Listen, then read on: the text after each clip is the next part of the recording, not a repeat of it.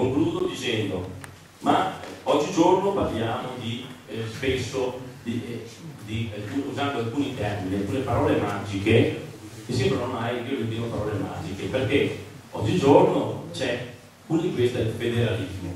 Guardate, a me viene a sorridere, purtroppo molto spesso ma mi vedete anche accalorato delle discussioni televisive, perché capisco che qua siamo qui in un grande imbroglio e c'è qualcuno che ci mangia su questo grande imbroglio, perché si mente sapendo di mentire, perché io che vedo i numeri e vedo i fatti, e sono da buon montanaro abituato a giudicare i fatti, le cose concrete, vedo che le cose vanno diametralmente in senso opposto, perché per esempio il federalismo il concetto federalista sarebbe aiutare il concetto di sussidiarietà le scuole dell'infanzia non statali. Ebbene lo Stato ha tagliato i fondi alle scuole non statali, lo Stato liberale che riconosce l'iniziativa privata, quindi i genitori che si organizzano. Pensate che queste fanno risparmiare decine di milioni di euro, anzi centinaia di milioni di euro solo nel Veneto allo Stato, per il fatto stesso che esistano.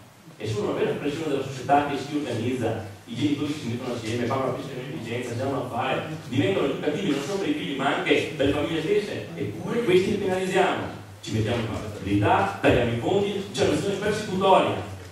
Ma potrei capire francamente che fosse da parte dalle parti di popolazione comunista e dice che tutto deve essere statale, ma fatta dal popolo di libertà francamente io sono veramente fuori luogo.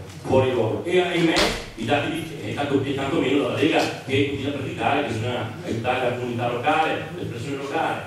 Io in 2 anni ho visto solo tagli alla comunità locale, ho visto solo tagli al principio di sussidiarietà. Vi posso dire che il fondo, per esempio, che ho solo un dato, per l'indistinto, per le politiche del sociale, 3 anni fa era di 1 miliardo di euro, quello che viene ripartito alle regioni.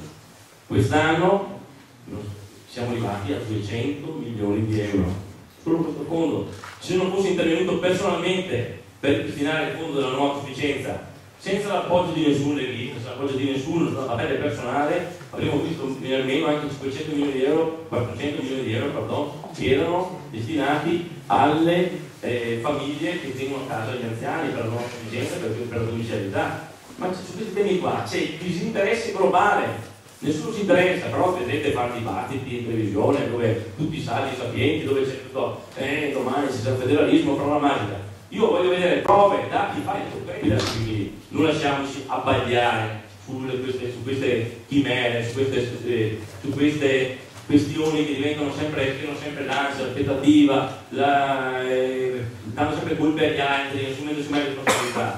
Cominciamo a riportare la politica a piedi per terra, affrontare i problemi seri. Credo che partire dal tema della famiglia, come abbiamo detto oggi, sia un modo serio di fare politica, cominciare a fare un'analisi seria della società e riconoscere in questo rapporto di sussidiarietà il valore che ha sociale, collettivo e soprattutto economico questa piccola comunità che lavorando in maniera insieme nel rapporto di sussidiarietà con la famiglia possiamo far risparmiare parecchie risorse anche allo Stato, fare una politica corretta. Oggigiorno comunque su questi temi c'è un grande disinteresse e si vede veramente l'azzeramento dei capitoli, il disinteresse, anzi per loro famiglia uguale spesa, per noi invece famiglia uguale investimento.